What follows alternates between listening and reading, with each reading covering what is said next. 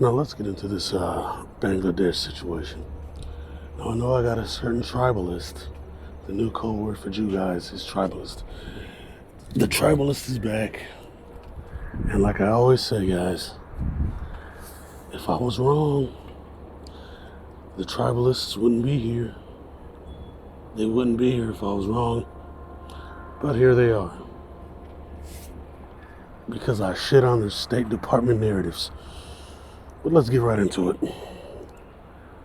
The situation in Bangladesh is being caused by the CIA and the United States government. That's all it is. See, Hasina didn't want any kind of CIA presence in her country. Unlike Assad, who allowed the CIA to have black sites all over the southwestern region. The northwestern region, which led to the situation he's facing now, because they were able to galvanize and put together a bunch of mercenaries, seize the resources, and burn crops to hold the nation hostage, which I've proved multiple times. And certain people don't like that because it goes against their oy vey narrative. Yeah. But anyway. So, thing is, Hasina has not been friendly to American interests over there. So, America, doing what they always do, they started a color revolution.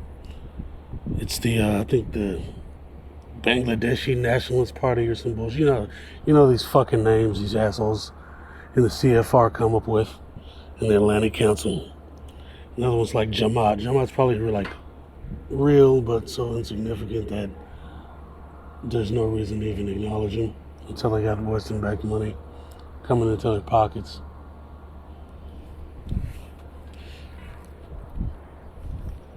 And what ends up happening is they bankroll these guys, they give them the media attention, and then that's when the shit starts. And of course, the state does what the state does. They try to put it down. Sometimes they get heavy-handed, and a lot of innocent people die. Now, again, these two parties were tin-pot organizations till the white supremacist oligarchs started flooding them with money. And they did this to get rid of Awami. Now that Awami's out of the way, America can move on to a second phase. See, America wants to destabilize the region. America wants to destabilize the region. Why? Because it's about the economic rise of India and also obviously China. If they can neutralize both of these places, then the white supremacist oligarchs in America have the upper hand. They want that island off the coast of Bangladesh. I don't remember the name exactly, but they want that island off the coast, and they want that port. They want that port in Chittagong. If they can get that port, then they can sew up the region as a pivot point. They always need these pivot points. They take Chittagong, CI gets Chittagong, and they get the base. And they can use that to arm their proxies in India right now to take that eastern border. They're already pushing them back.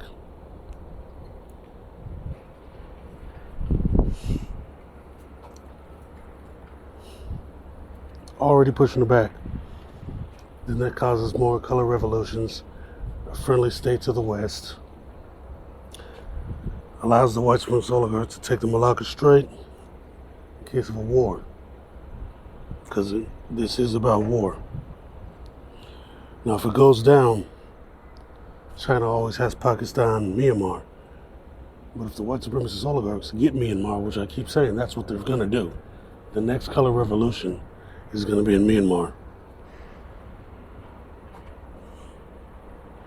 And they've already had the one in Pakistan in 22. There's no escape for China. China's boxed in. This is chess. Same chess they play on your black asses. Because that move that's going on in the UK, that's also chess. But let me get back to the point. The coups in Bangladesh, the coup in Pakistan, these are about disrupting any setup by China. I keep telling you, Myanmar is next. Myanmar is the next move. They're going to build that island in St. Martin.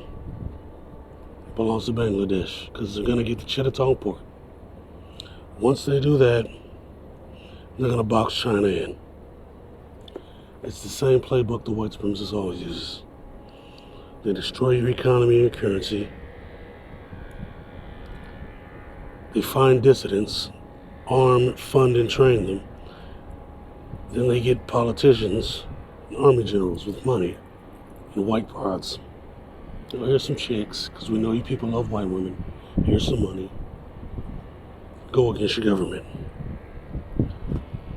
Then they provide sanctions, or they'll blockades, sabotaging shipping routes.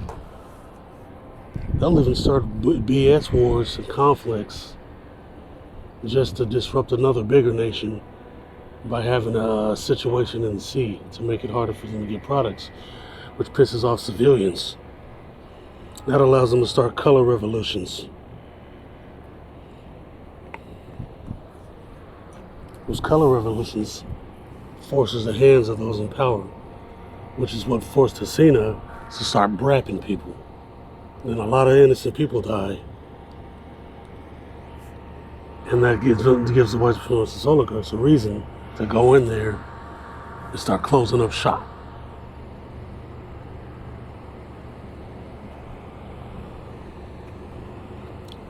This is what allows them to get rid of people they don't want. That's how they tried to Mossad the Assad. The CIA started sniping cops. Remember that. The tribalist doesn't like me talking about that, because that's what happened. The CIA started grabbing cops. So started blasting the CIA members and blasting the terrorists. The Americans started claiming that the terrorists were innocent civilians, even though they were beheading people and cutting out hearts and throwing journalists off buildings. Then America claimed they need to go in there to save these people, these terrorists that kept saying they were terrorists and kept killing innocent people. These terrorists then showed everybody that they had chemical weapons. Then they started using the chemical weapons, then they try to blame it on Assad. And nobody can really, to this day, explain why he would gases on people. It's just asking that question is apparently hate speech. You know? Because again, it's all about the narrative. It's all about the narrative. Now, again, getting back to the point, their whole purpose, again, is to box in China. Take away their ally in Myanmar. Take away the ally in Pakistan. Take away an ally in Bangladesh. Now, China and India have never been friends. And back in 2012, they almost had China and India in a war, which is what they really wanted, because it kills two birds with one stone. It gives the Aryan race an upper hand in the region. Because at the end of the day, like I always say, this is all about heartland. That's what they really want. And they'll do anything to get that. Because once they get those resources, they get to drop the pretenses. They don't need to kiss anyone's ass. And then blacks, time's up. Time is up. And you know this is true because the last time I mentioned that was hate speech city on this motherfucker. Because you are on borrowed time, and all these chess moves, it's not just to get rid of you, but once they don't need to play this game of we're this nice, peaceful nation about freedom and justice, because we all know this place ain't about no goddamn freedom and justice. It's about white power and feudalism. White power and feudalism is the backbone of America. And they want to get you guys the fuck up out of here. so they can have a white paradise with a bunch of their allies too. They don't mind their allies, but you guys are a thorn in their side, and have been for a long time.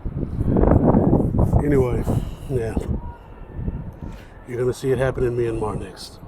The same BS color revolution that they just started in Bangladesh that led to a bunch of people getting shot and a bunch of terrorists. And in India right now as well. They're up in India. They're in India right now, Eastern India, using their proxy forces to fight the government to destabilize the border so they can cause more terrorist attacks and force India's hand.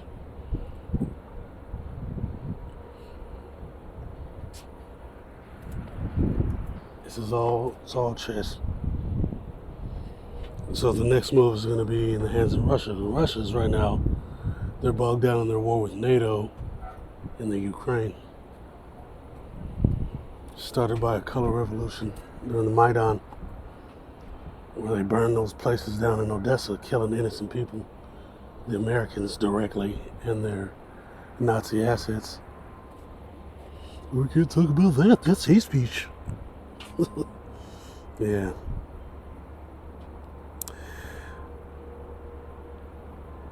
Bitch.